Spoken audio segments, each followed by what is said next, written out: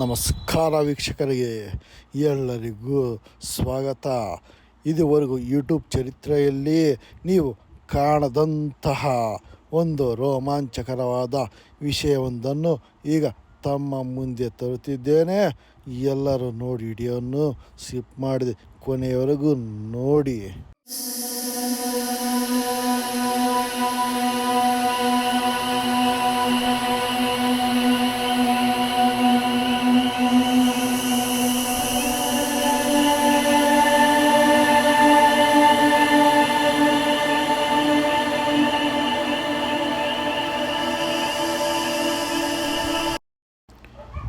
ಇಡೀ ಬ್ರಹ್ಮಾಂಡದಲ್ಲಿ ದೇವತೆಗಳಿಗೆ ಶಕ್ತಿ ನೀಡುವಂತಹ ಮೂಲ ಶಕ್ತಿ ಹಾಗೂ ಇಡೀ ವಿಶ್ವವನ್ನೇ ನಡೆಸುತ್ತಿರುವಂತಹ ಶ್ರೀ ಆದಿಶಕ್ತಿ ಪೆದ್ದಮ್ಮ ದೇವಿಯ ಒಂದು ದರ್ಶನ ಮೂಲಕ ಸಾಕ್ಷಾತ್ 7 ಕನ್ಯಕೆಯರ ಸ್ವರೂಪ ಹಾಗೂ ನವದುರ್ಗೆಯರ ಸ್ವರೂಪ ಹಾಗೂ ಅಷ್ಟಲಕ್ಷ್ಮಿಯರ ಏಕ ಸ್ವರೂಪವಾದಂತಹ ಶ್ರೀ ಆದಿಪರಾಶಕ್ತಿ ಆದಂತಹ ಶ್ರೀ ಪೆದ್ದಮ್ಮ ದೇವಿಯ ದರ್ಶನದ ಮೂಲಕ ಬ್ರಹ್ಮ ವಿಷ್ಣು ಮಹೇಶ್ವರರಿಗೂ ಸಹ ಶಕ್ತಿಯನ್ನು ನೀಡುವಂತಹ ಆದಿಶಕ್ತಿಯ ಒಂದು ಸ್ಥಾನದಲ್ಲಿ ನಾವೀಗ ನೋಡ್ತಾ ಇದ್ದೀವಿ.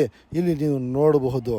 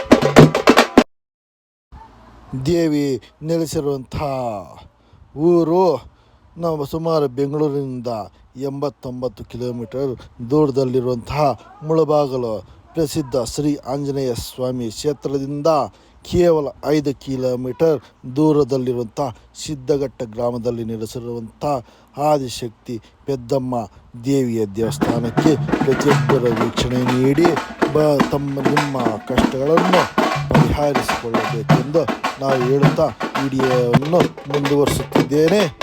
ಎಲ್ಲರ ಕೊನೆಯವರೆಗೂ ಸ್ಕಿಪ್ ಮಾಡಿದ ವಿಡಿಯೋವನ್ನು ನೋಡ್ತಾ ಹೋಗಿ.